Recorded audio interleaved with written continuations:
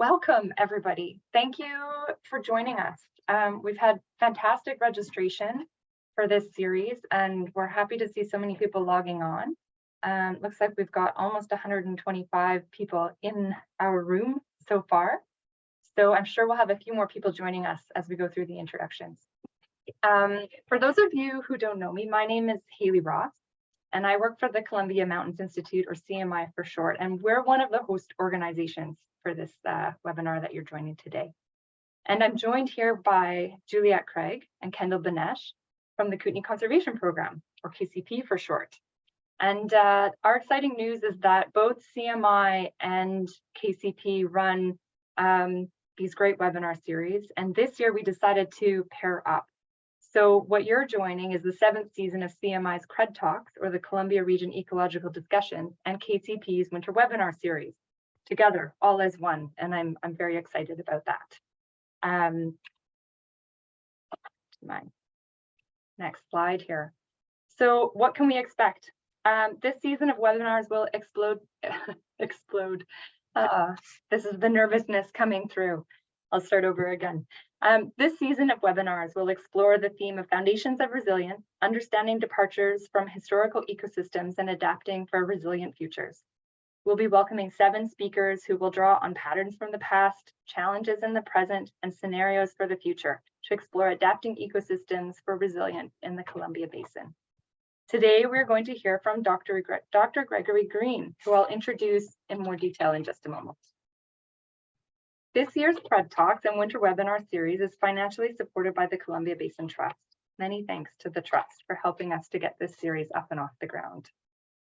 And before I go any further, I would like to acknowledge the land that I broadcast from today in Revelstoke, BC, which is the unceded homeland of the Sinixt people.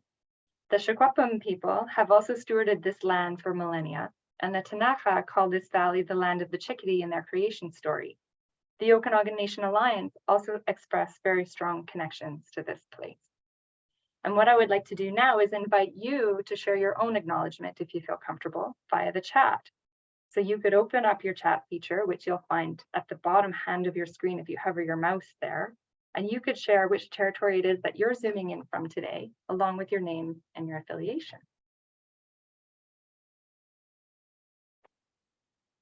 This is a great way of testing to ensure that you see that chat function, because you may be using it later on in the webinar.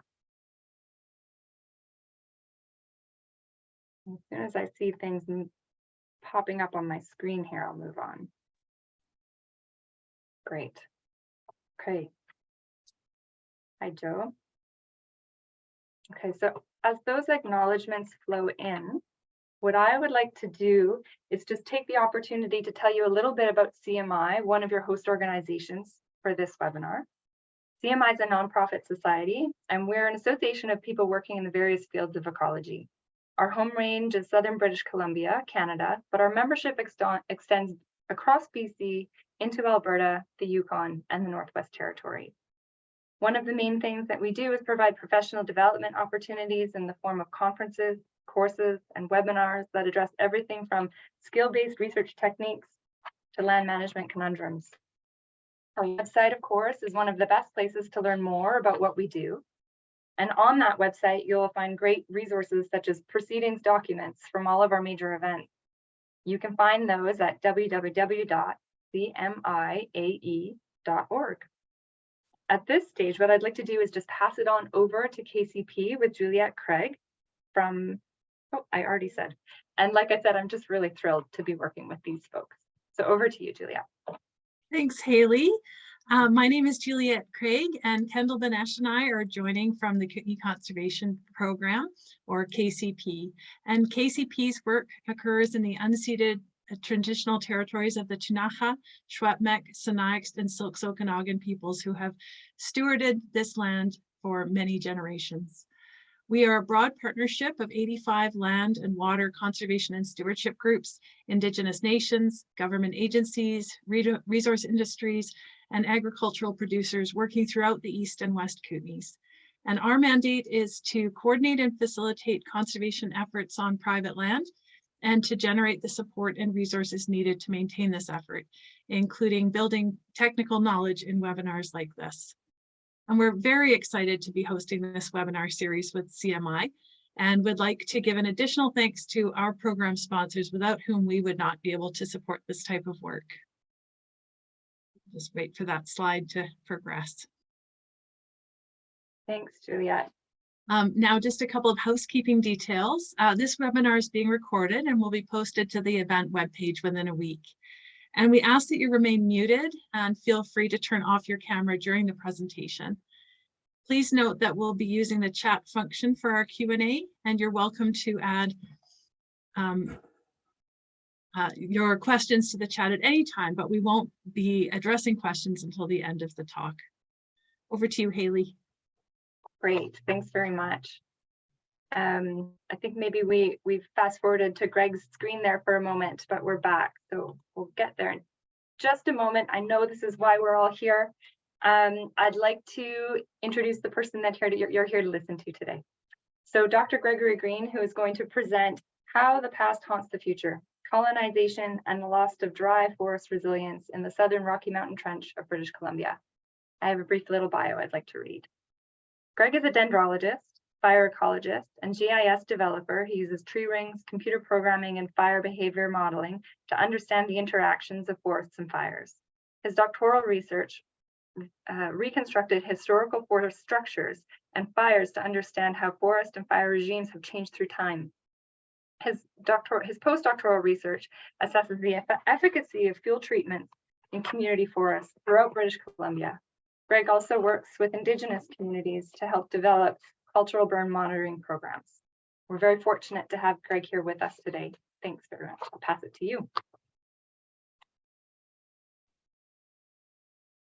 All right, thanks so much, Haley. I really appreciate that introduction. To begin, I'd like to recognize that I'm presenting to you from the traditional and unceded territory of the Tehillik First Nation, and that I benefit from the colonization, privilege, and the displacement of the original peoples of this territory. I'd like to thank CMI and KCP for organizing this event, and I'm really excited to be leading off this year's Cred Talk series. Today, I'll be presenting findings from my PhD research to show how colonization has degraded the resilience of dry forests in southeastern BC, how the effects of colonization will continue to be felt for decades to come, and what we can do to mitigate the negative effects. So what is colonization?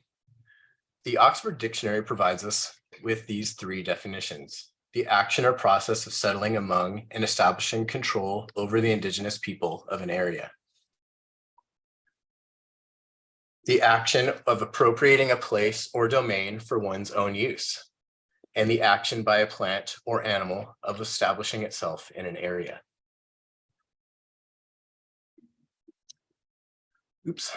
Given these definitions, I'd like to provide you with three key examples of colonization that have and continue to affect the resilience of dry forests in the Southern Rocky Mountain Trench. And although I'm focusing on the Southern Rocky Mountain Trench here, I'm sure you'll see parallels throughout the province. First is fire exclusion, which began with the loss of Indigenous cultural practices, including cultural fires, when the Tunaha were forced onto reserves and into residential schools in the 1800s. Second is the historical high-grade logging that occurred in the late 18 and early 1900s. Logging in the Southern Rocky Mountain Trench was so extensive they cut themselves out of readily accessible areas by the 1930s. In fact, logging in the trench is the primary reason why the province created the annual allowable cut in the 1940s. And these logging effects haunt the Rocky Mountain Forest District to this day. Third is the landscape scale loss of fire through suppression. And note that I consider suppression to be a component of fire exclusion in this presentation. Although organized fire suppression in BC began in the early 1900s, its effectiveness has increased through the years. The BC Wildfire Service currently contains 94% of all surface fires by 10 a.m. the day after discovery, which stands as a decades-long success rate. So what about the 6% of fires that aren't suppressed? Some of these are left to burn as modified response fires. However, many occur during extreme weather that overcomes suppression efforts. And it's the fires that escape suppression to become large, catastrophic, high-severity fires that everyone in the province has become so intimately familiar with in recent years, through weeks and months of smoke. These fires are also potentially a great concern for dry forest resilience. And the reason I say potentially is because there are conflicting perspectives of historical fire regimes in dry forests. Understanding that fire regime science can involve quite a bit of academic nuance, I'm going to try to keep this explanation as simple as possible for you. The first perspective argues that historically, fires were quite frequent, and the frequent recurrence of fires reduced the abundance of surface and ladder fuels. And less surface and ladder fuels meant that fires stayed on the ground, killed few large trees, and maintained low density forests through time. However, fire exclusion extended the time between fires, which allowed surface and ladder fuels to accumulate and increased the density of forests. From this perspective, increases in forest density and fuels promote higher severity fires during extreme weather events. High severity fires lead to the loss of forests, the loss of critical habitat, and open up the potential for conversion to non-forest ecosystems. And unfortunately, these changes are happening faster with climate change. The second perspective argues that historical fires were a mix of frequent and infrequent fires, which produced a heterogeneous mix of low and high density forests. Since the time between fires could be quite long, dense forests with abundant surface and ladder fuels were quite common. And since dense forests were common, high severity fires were a strong component of the fire regime. And for this reason, the concerns of perspective one are overstated. So given these differences, which perspective do we follow? Unfortunately, we lack sufficient information to make this assessment, especially concerning historical forest structures and composition, which have not been adequately reconstructed in British Columbia. What is clear, though, is that dense forests are at the heart of this debate. So these are what I focused my research on. To identify the origin and implications of dense stands in dry forests, I reconstructed fire history and historical and contemporary forest structures and compositions to identify changes in fire regimes and forests through time. By doing so, I identified the drivers of change and the implications of dense forests for tree health and forest resilience. My research was done in the southern Rocky Mountain Trench of BC. The study area is within the traditional and unceded territory of the Ktunaxa First Nation. The grasslands and forests here have co-evolved with and in response to cultural practices that have been implemented for more than 11,000 years. The forests are composed of varying combinations of ponderosa pine, western larch, and Douglas fir. And note that I've ranked these species by their tolerance to drought, fire, and shade as compared amongst the three species. Try to keep these in mind because these differences will provide context for many of my findings.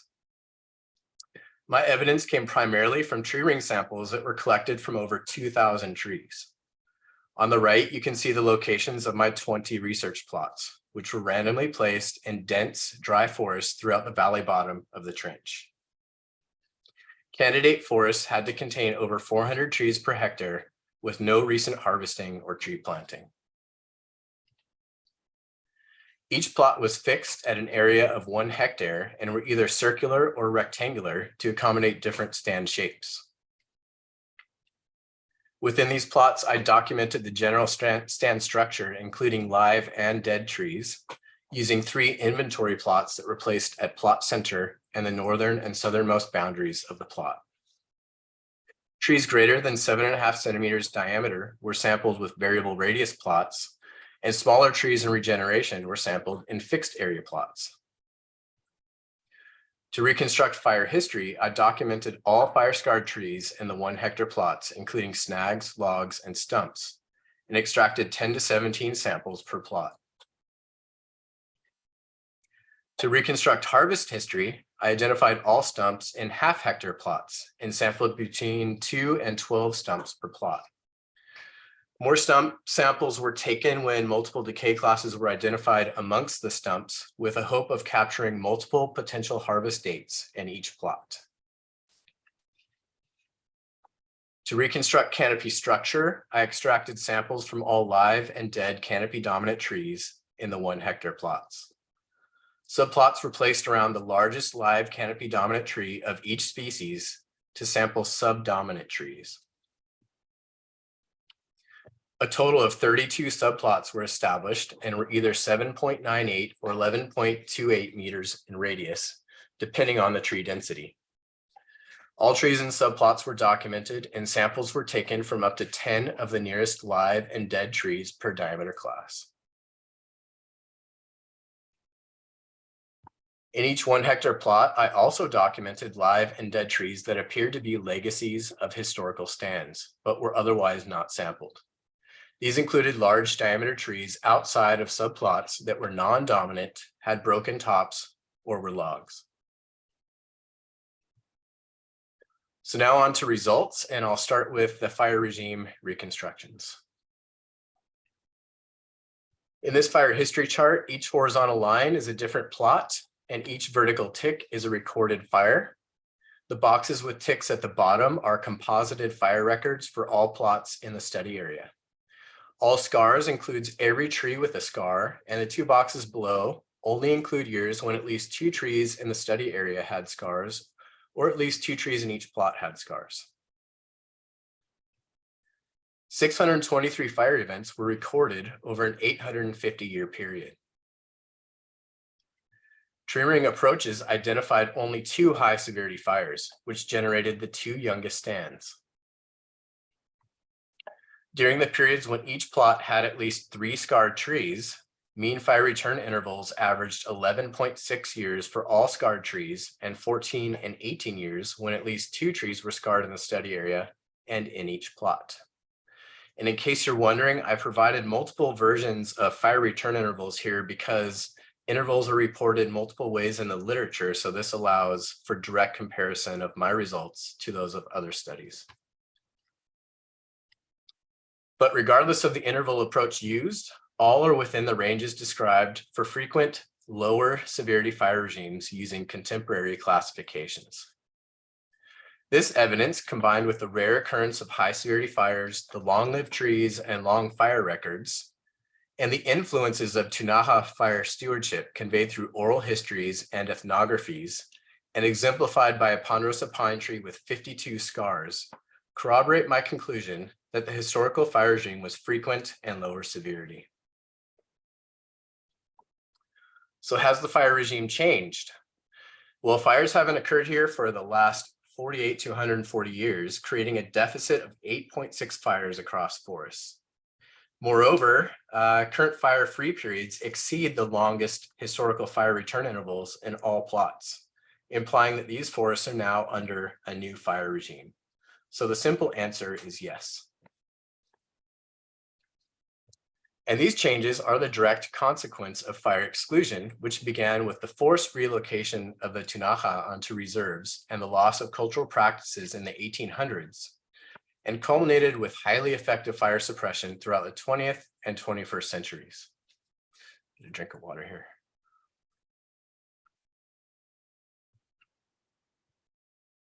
So now I'll move on to forest structure and composition. And I'll begin with this visual.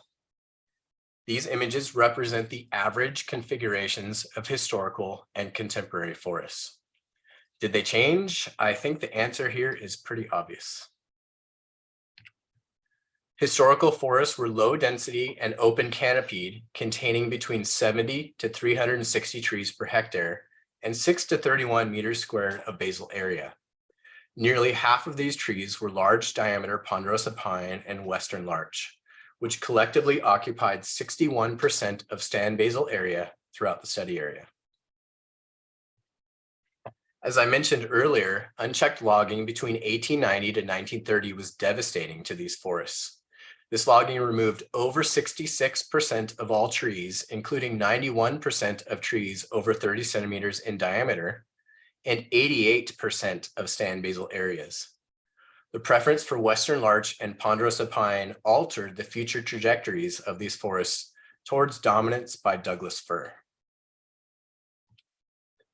Contemporary forests now contain 800 to 14,000 trees per hectare and 18 to 41 meters squared of basal area.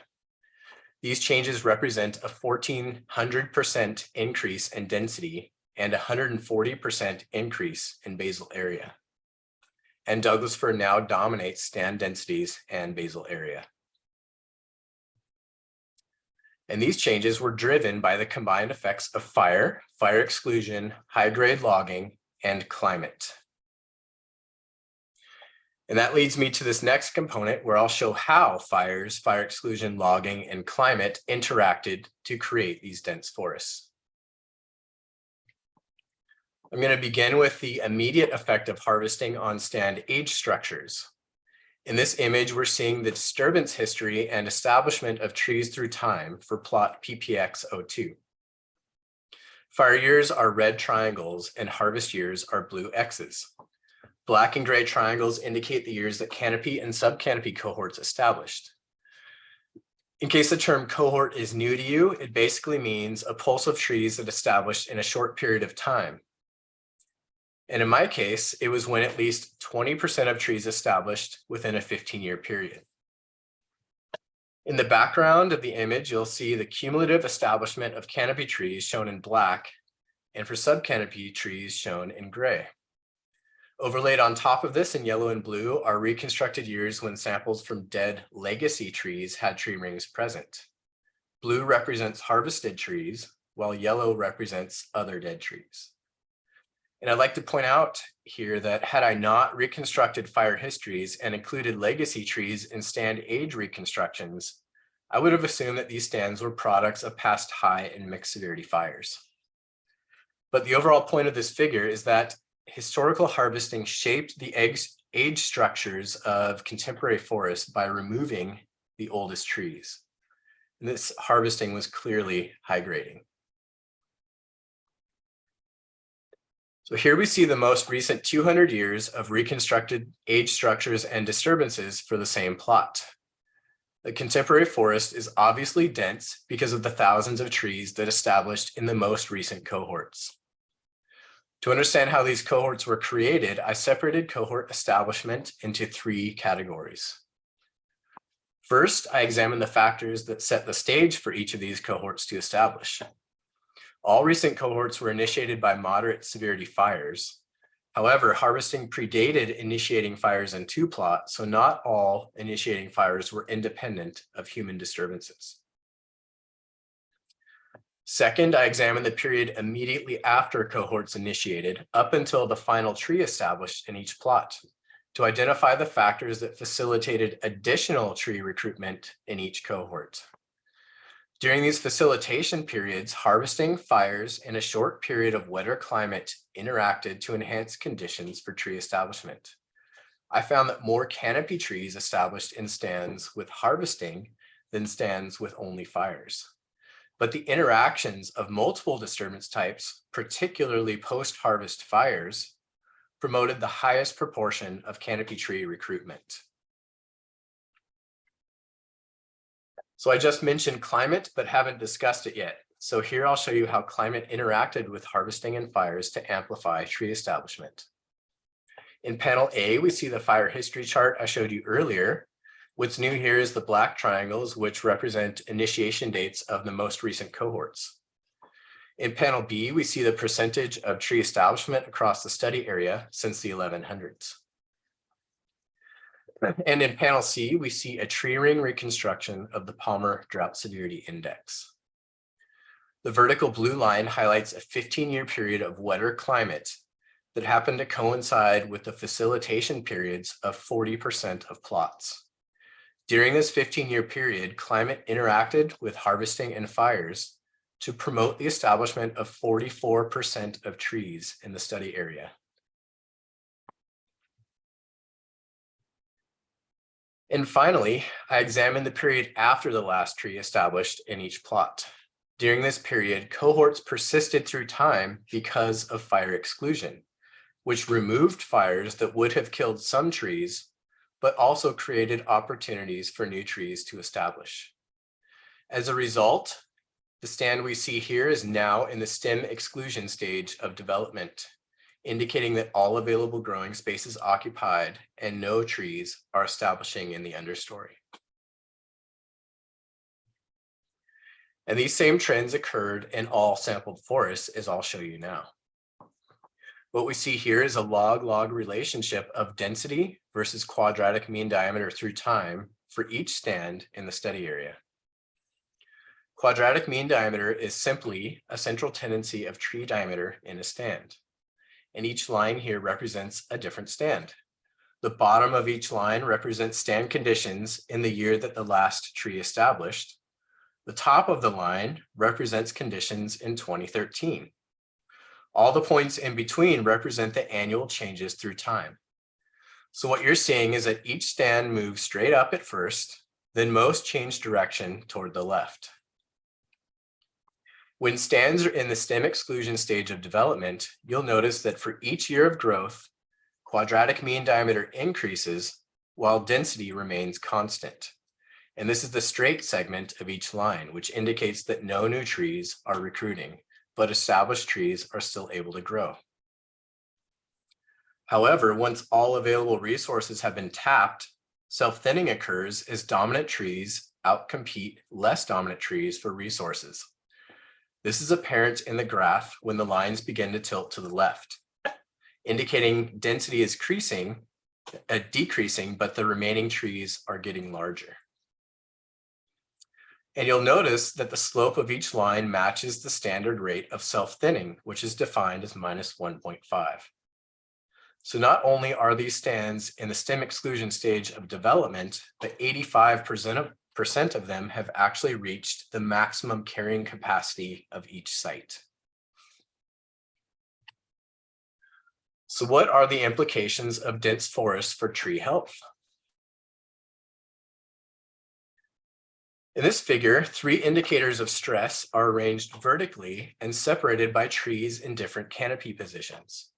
The top row shows the average standardized growth of trees over time. The broken black lines through the growth curves are linear representations of these growth trends, and each break represents significant changes in slopes.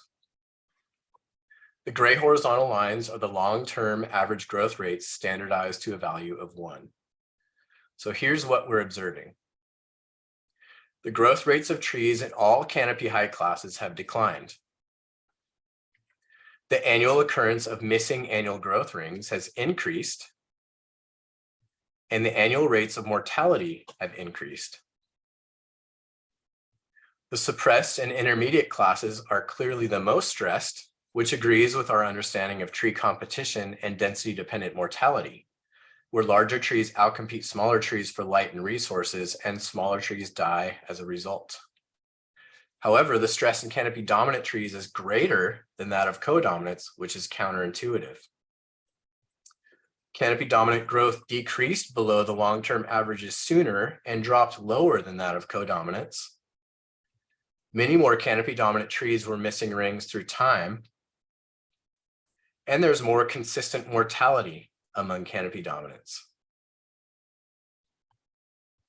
When looking at stress among canopy dominant species, all species were stressed, but the magnitude differed. Douglas fir was the least stressed, ponderosa pine was more stressed, and western larch was the most stressed. Another observation was also clear. Missing rings only occurred after growth declined, and mortality only occurred after growth dropped below long-term averages.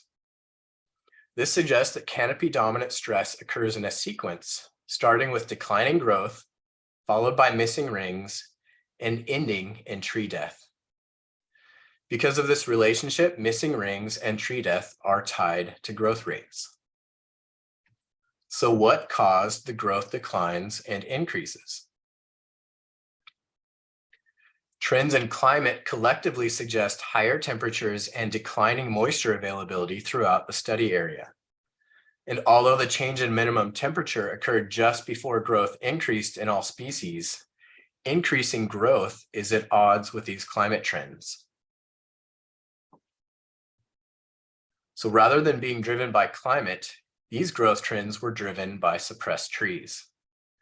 To determine this, I compared the breakpoints in the growth of each species with the average percent of basal area occupied by live trees in each height class through time. In the top panel here, we see the growth of Douglas fir. In the bottom panel, the lines show the average percent of basal area occupied by trees in each height class. The black triangle indicates the year when basal area of suppressed trees reached a maximum, then declined. Also in the bottom panel is the accumulation of dead basal area by height class. Decreasing growth years are highlighted in red, increasing growth years are in blue, and the vertical dashed lines are years when growth switched above or below long-term growth averages. And here we see the same relationships, but for all species. Please focus your attention on the growth relationships with the basal area of suppressed trees, shown here in light gray. And I'll address the question about increasing growth first. It's apparent that the growth of each species increased 2 years after suppressed basal area declined. As seen here in light gray, suppressed basal area declined because many suppressed trees were dying. So increased growth appears to be tied to the declining basal area and death of suppressed trees. And this is where minimum temperature is important. Suppressed tree mortality is likely driven by increasing minimum temperature, which affected the entire study area simultaneously and synchronized the declines in the basal area of suppressed trees. It's possible that higher minimum temperatures, which imply warmer winters, are causing greater soil moisture deficits during summer droughts, which is driving higher rates of mortality among suppressed trees and indirectly alleviating stress in canopy dominant trees. So now to address the drivers of decreasing growth. Here we see the percentages of basal area occupied by suppressed trees for key breakpoints in the growth of each species. 28% was a common basal area threshold among all species. From these relationships, the growth of canopy dominant trees appears to slow down and ultimately drop below long-term averages once suppressed trees occupy greater than 28% of stand basal area. Growth then recovers above long-term averages when the basal area of suppressed trees drops below 28%.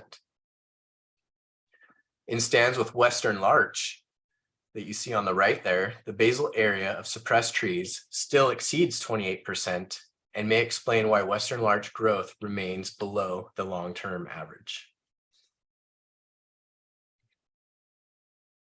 So how are suppressed trees driving stress in canopy dominance?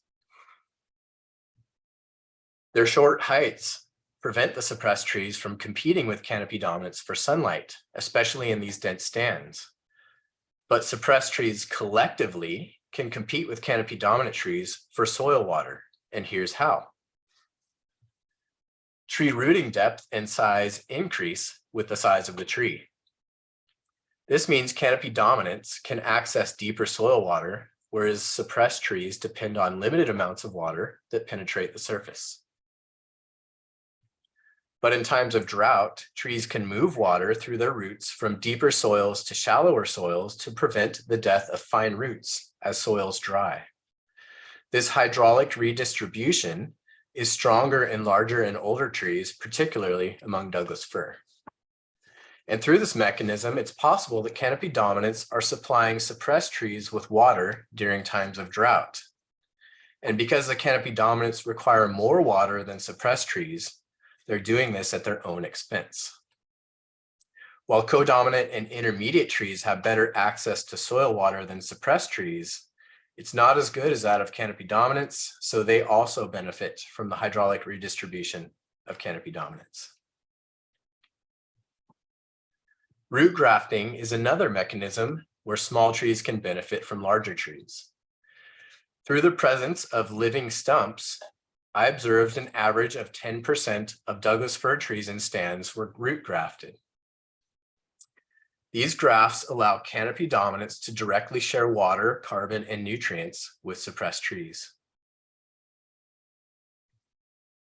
Mycorrhizal fungi networks can also facilitate the sharing of resources.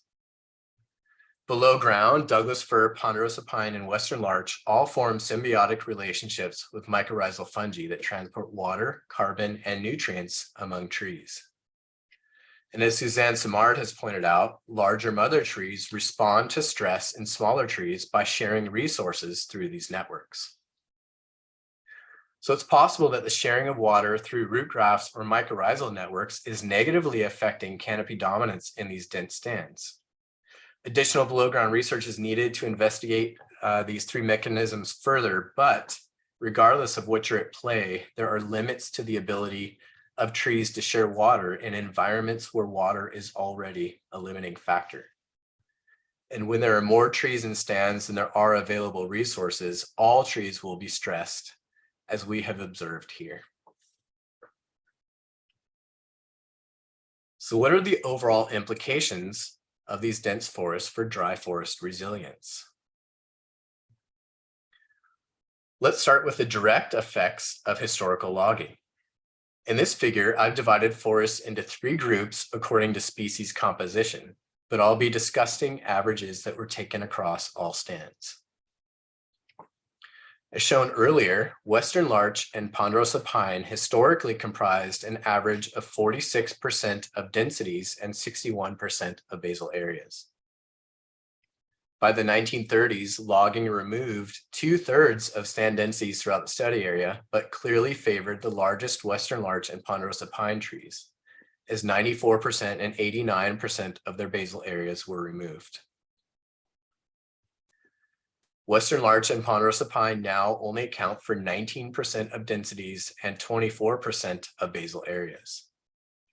So it's clear that logging had an immediate and profound effect on species abundance by removing fire-tolerant western larch and ponderosa pine and elevating Douglas fir to a position of dominance across the study area.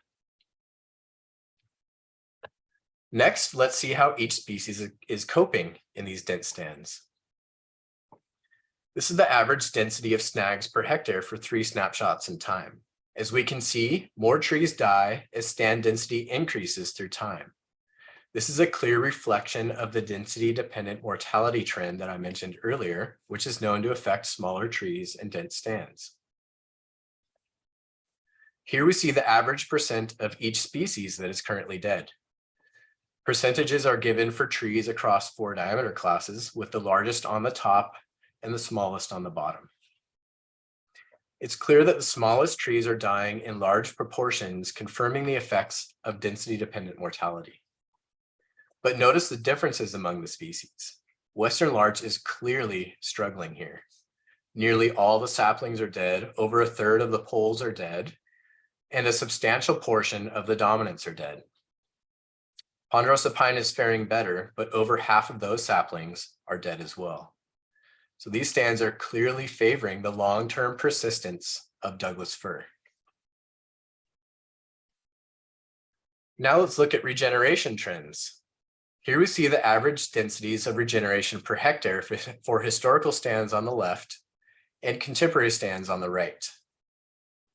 Prior to 1951, western larch and ponderosa pine accounted for 30% of all regeneration, but now account for less than 0.3%.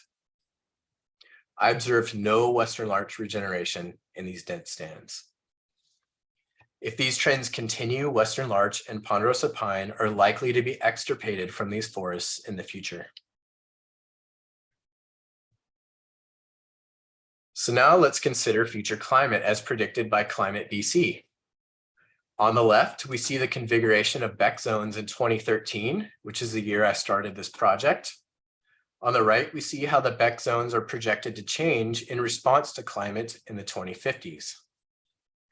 What we're observing is an expansion of the hottest and driest conditions in the valley bottom in dark gray, and an increase in warmer and wetter conditions in the foothills and lower slopes of the mountains in orange.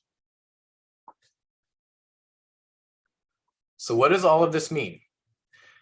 If conditions persist, we're likely to see a landscape scale reduction in western larch and ponderosa pine abundance, and as mentioned earlier, potential extirpation of these species from some of the forests. Unfortunately, the loss of western larch and ponderosa pine is having and will continue to have numerous detrimental effects on the resilience of these forests. And here I'll just focus on 3 of those effects. First, western larch and ponderosa pine are the most fire-tolerant conifers in BC. Replacing them with Douglas fir decreases stand-wide fire resistance and increases susceptibility to high severity fires, particularly in the future climates that we saw.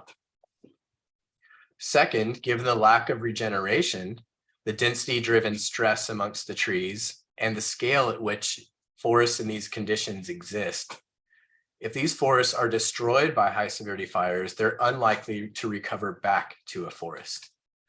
In the Western US, large-scale shifts from forests to shrubs or grasslands are now common following large high severity fires. The hotter and drier climates in the future will only compound this situation. Third is a reduction in carbon stocks. As Suzanne Smard and her research team has shown, forest carbon stocks increase with species richness. This is because each species fulfills a niche. The greater the number of species, the greater number of niches are filled, which allows for more resources to be captured and stored. So now I'd like to synthesize the effects of colonization on dry forest resilience from the results that I presented to you. Prior to colonization, all contemporary dense stands were once low density and open canopied. In these stands, densities and compositions varied through time in relatively stable cycles. New trees regenerated during fire-free periods, but frequent surface fires killed most of this regeneration and even a few overstory trees. Surviving regeneration were subsequently recruited into overstories and replaced the few overstory trees that died from low and moderate severity fires. This cycle, which was shaped by an indigenous influenced fire regime, maintained metastability in forest structures through time and persisted for at least 800 years. Fire exclusion began shortly after colonization with a reduction in indigenous fires as the Ktunaxa were forced onto reserves and fires began to be suppressed. In the absence of fire, regenerating trees that initiated from previous fires became larger and more fire resistant and began to form dense understory cohorts. Several facilitating and interacting factors, including selective harvesting, a brief but potent 15-year period of wetter climate, and post-harvest slash-driven fires, acted to release even more growing space, allowed even more trees to establish, and enhanced conditions for dense understory cohorts to recruit into overstories. Historical selective harvesting strongly shaped future stands by reducing the presence of western larch and ponderosa pine and increasing the dominance of Douglas fir. Fire suppression became much more effective throughout the 1900s, which allowed the subcanopy cohorts to persist through time. Contemporary stands now contain up to 14,000 live trees per hectare. The dense subcanopy cohorts, which resulted from past fire exclusion and forest harvesting, have increased stand-wide stress and altered the resilience trajectories of dry forests, as evidenced by reduced regeneration, including the absence of western larch regeneration, and high rates of stress and mortality among the largest trees.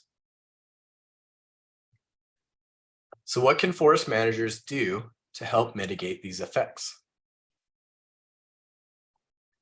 Heavy thinning treatments are needed to promote the growth of large fire-tolerant trees and enhance stand-wide resistance to fire.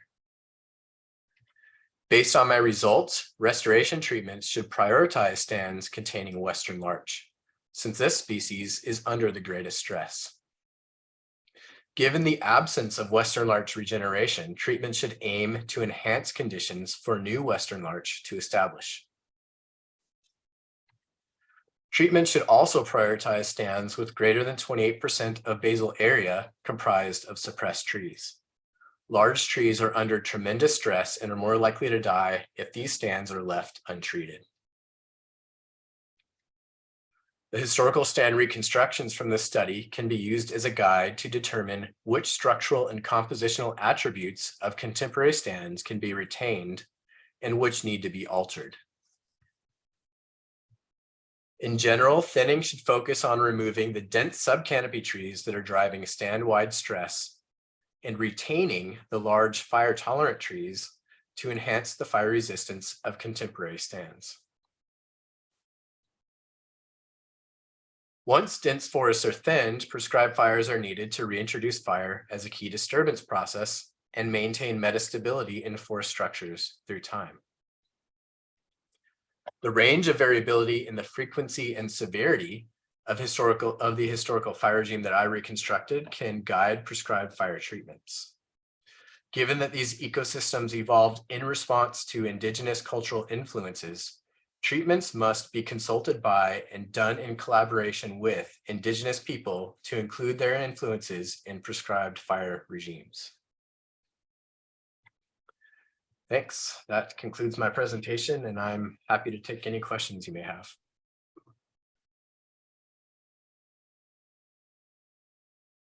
Wow, thank you, Greg. Trying to get my video started here. Would you like me to stop sharing? Let's do that. Let's stop sharing. Oh.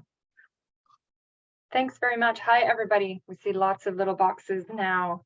That was a very in-depth, very detailed summary. I'm just trying to wrap my mind around it. Thanks so much, Greg. I'm sure just looking at the list of the people in our Zoom room here, I know that there's going to be people who have questions.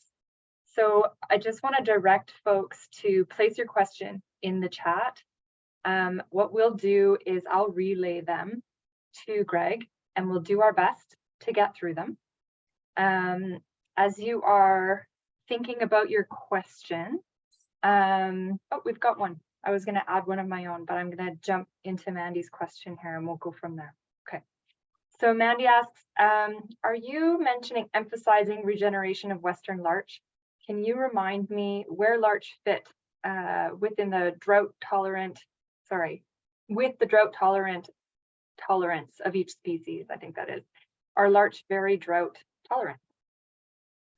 Of the three species, larch would be the least drought tolerant. But if you saw in the future climate projections, what are the upper elevations of the current IDF Beck zone are projected to be turn into ICH essentially. So they'll become warmer and wetter. And these are the areas I would suggest focusing efforts on restoring or enhancing conditions for larch. Okay. Okay, great. Thanks. I'll just jump over to the chat here. We've got a complex system that is potentially breaking down right now. Okay, so this question comes from Trevor. Does Amarilla affect larch and ponderosa pine? And if so, does the very high incidence of Amarilla in managed Douglas fir stands affect larch and pine persistence relative to Douglas fir persistence? Oh, armillaria, I think is the word there. Definitely not an expert in pathogens. So I might have to pass this one off. I don't know if Randy Harris is here, maybe he can speak to that.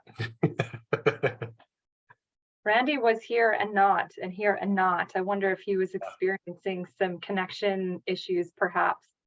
Yeah, it works directly with these ecosystems. So Right. Yeah. What I will just add right now is that if anybody is feeling that it's challenging to put your question in chat and you just want to ask it orally, raise your hand, and I'll call on you and you can unmute yourself and ask it. We can do that as well. Okay. So we have another question here from Marc Andre, and he says, you briefly spoke about living stumps. Could you elaborate on what that means? Thank you. Oh yeah, for sure. So living stumps basically occur when, prior to being cut, at least one other tree was root grafted to that tree that got cut. And the root grafts occur when trees are in fairly close proximity to each other. And through pressure, the roots are forced into direct contact with each other. And as they grow through time, they kind of abrade each other and then ultimately connect. So this allows trees to physically share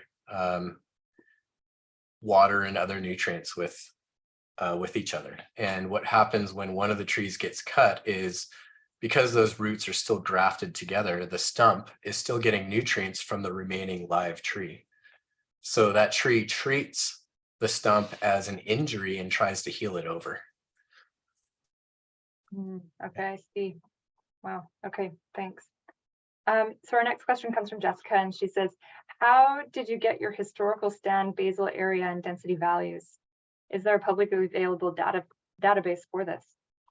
Oh, those are all reconstructed from tree ring samples. So every sample I took, I recorded a height at which the sample was taken. And then I have essentially, I actually cored two. For every tree, I had 2 cores when I took cores on opposing sides, so I could average the diameter or the radius of the samples to come up with an average diameter for the tree. And then for cookies that I took, full cross sections, I just took 2 opposing measurements when I did my tree ring measurements, and then averaged those radii too to come up with an average diameter. And then there are allometric equations available to estimate diameter at breast height from inside bark diameter of stumps. So this is essentially what I use to estimate the diameter at breast height through time. So as you go back in time, your radius gets smaller and smaller, but you can track what the overall diameter of the tree is. And then you can estimate what the diameter at breast height is using those equations. And I did, for every tree, those relationships were calibrated using the 2013 measurements that I actually took of diameter at breast height. So every tree has a very specific recalibration of those allometric equations applied. So it's not just a general application of the equation. Every tree has a custom fitting of it to it. Wow. Okay, thanks. Yeah. Okay, so next up, Jennifer asks, with regards to the future, are you saying if nothing is done, we're heading towards a grassland? Example, no forest.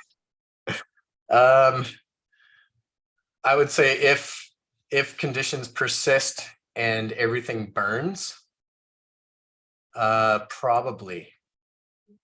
I mean, the way climate's looking, it's getting hotter and drier. And when these fires happen, given the structural arrangement of fuels in these forests, we're likely to just see entire swaths of forest just annihilated. And the patches will be so big that seeding in from the edges will take decades to reach the middle, maybe even centuries. I don't know.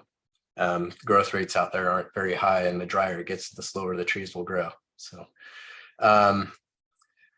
though if we leave them as is and they don't burn, I think we're just likely to see more of that self-thinning happening until there's been enough trees died that growing space is sufficient for trees to additionally or add more establishment in there.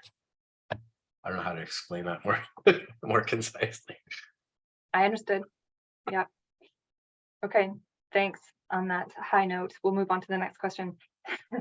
So Corey asks, how are modern silviculture and provincial policies for replanting affecting the current stand composition? Oh, Are we gosh. balancing economic value with ecological value? No, absolutely not. I've talked to several carbon modelers in particular about this very thing, and they will only consider Douglas fir. So Douglas fir is, they're happy the forests are like this because they've reached maximum carrying capacity of each site. So there's maximum basal area you can put there right now. And it's Douglas fir, which is economically valuable versus ponderosa pine or western larch. So I don't know, like I talked to Randy Harris and he said there's appetite, particularly among the larger leaseholders in these forests to potentially plant some ponderosa pine, but definitely not western larch. So I mean, my understanding is that it's going to be Douglas fir focus for the future. Mm-hmm. Okay, thanks, Greg. Yeah. Okay, so another good question here from Mira. So areas of the Southern Rocky Mountain Trench are dominant in invasive plants such as downy brome, sulfur cinquefoil, St. John's wort, yellow hawkweed. Applying fire can exacerbate the invasive plant issue in forests.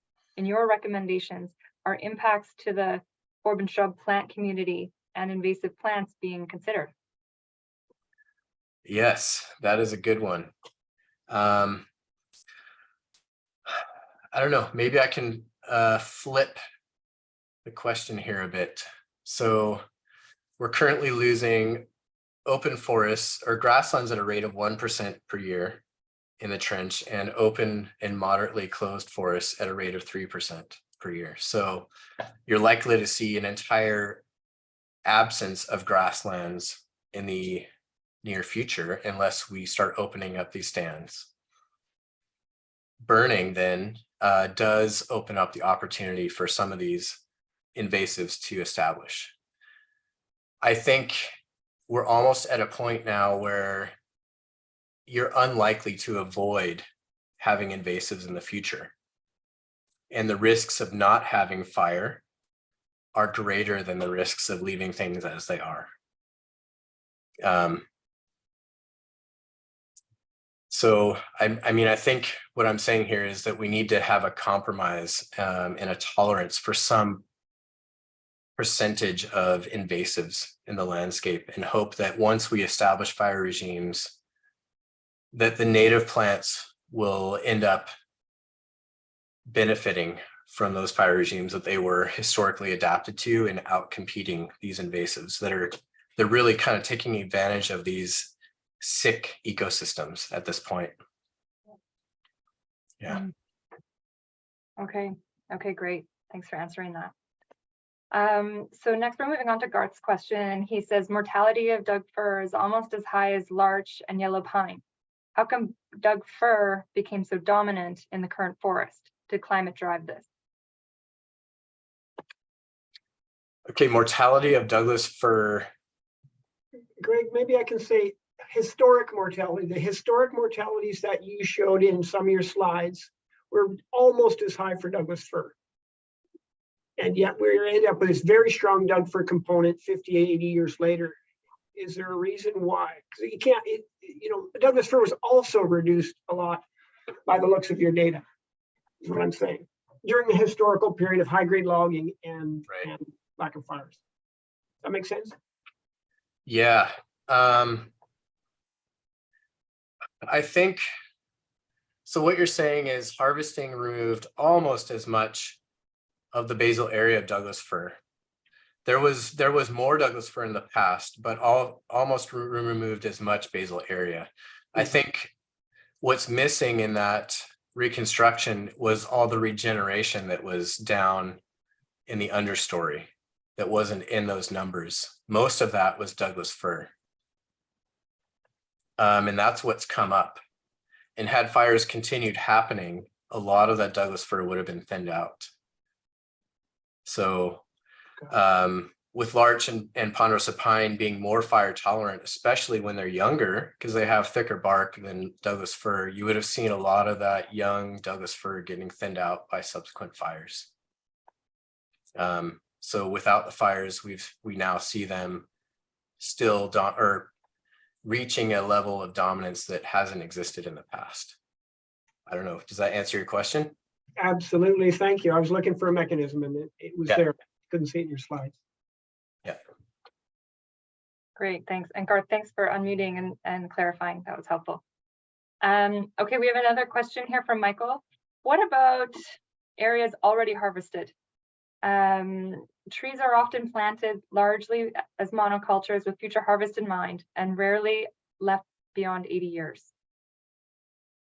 Yeah, this kind of relates to that previous question. So they're monocultures because that's what's economically viable. That's what the forest industry wants because that's what they make their money with. Carbon modelers love Doug fir because of it's easy. It's tolerant of a lot of things, I would say. So it can persist in areas where maybe some other species can't. The wood is great. Yeah. I don't know, can we change planting requirements, provincial requirements for planting? Probably. I know like some of my research has already had an effect on ungulate winter range criteria. So there's hope. Okay. Yeah. Okay, great. I feel just a plug for some of the talks coming up in the series that we'll be able to dive into a number of these questions in greater detail as the series moves on. So yeah, Greg, thanks so much for starting to answer some of these questions for us. Sounds like I'm wrapping up. I'm not. There's another question here. So there's a question from Denise, really interesting. How best to return to a more traditional fire regime for open forests? We cannot afford the carbon emissions from fires. Do we cut the trees and mulch in situ? Oh my goodness. Carbon emissions in open forests are primarily coming from understory.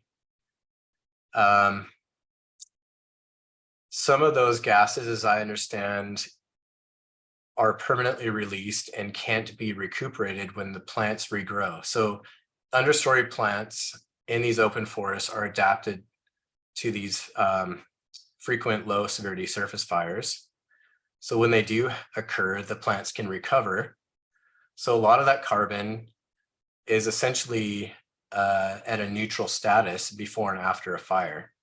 Some of those pollutants do get released and you can't offset those. But I think what we're facing here is the way these forests are now, we're losing the entire forest in a fire versus, understory plants that can recover, and then maybe some of the overstory trees, which will ultimately be replaced by future seed crops. So I really don't see that we're having a huge carbon effect with our prescribed burning in open forests. Okay, thanks, Craig. So I just want to take note of the time. It's 1:06. We did say that we were going to end off at 1 o'clock.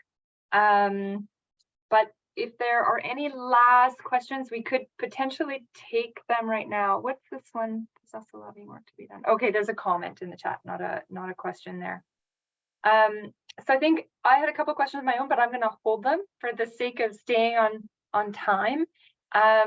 If you have any questions or you want to have a follow-up discussion with Greg, I know that he's really more than willing to engage with you and answer further questions. You can connect with me for his email address if you don't have it already. You will have been able to get in touch with me via the CMI website when you registered. So there's an easy access point for you right there. So Greg, maybe at this point in time, what I'll do is I'll just thank you so much for sharing your work. This is the point at which you might want to look at your chat and see all the positive comments that we thought might be there. yeah, I know it's very complex. It's not very easy to explain it, not knowing exactly who your audience is. You've done wonderfully. Thank you so much. Yeah. So I'm just going to share a slide here, but do you have any final comments while I share that slide? Oh, I just want to say thank you, Haley, Juliet, and Kendall for putting on this awesome webinar series, and I'm happy to have been a part of it. And as Haley pointed out, I'm happy to answer any questions you might have. I'll answer them through email. Yeah, and if we have time, we could even stay on for a couple minutes after, and then we'll close it down, and email will be great, a great avenue.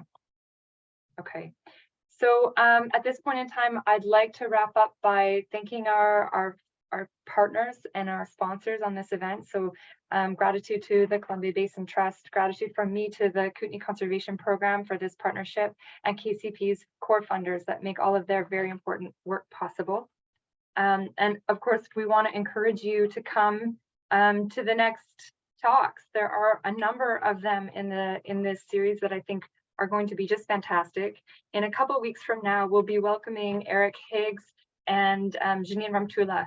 So Eric's is with the Environmental Studies Department at University of Victoria, and Janine is with the Department of Forest and Conservation Sciences with the University of British Columbia. And they have a recent collaboration that they'll be sharing, and they'll be talking about emerging landscapes novelty. So as this series progresses, we're starting pretty big picture. We're starting fairly academic, as you saw, and then as things progress, we're getting into more sort of hands-on, on-the-ground stewardship activities and that sort of thing. But of course, all of these things connect in really interesting ways. Let me just see. I think that's it from me. Anything else from KCP? No, just a final thank you to you, Greg, for being such a fantastic speaker and sharing all this information. It was fantastic. And we're so happy to partner with you and CMI, Haley. Thank you. Okay, fantastic. Thanks very much. Okay, so it is 1:10. We'll stay on until 1:15 in case somebody wants to unmute themselves and ask Greg a question. Otherwise, you can contact him via email. Thanks, everybody. Have a great afternoon.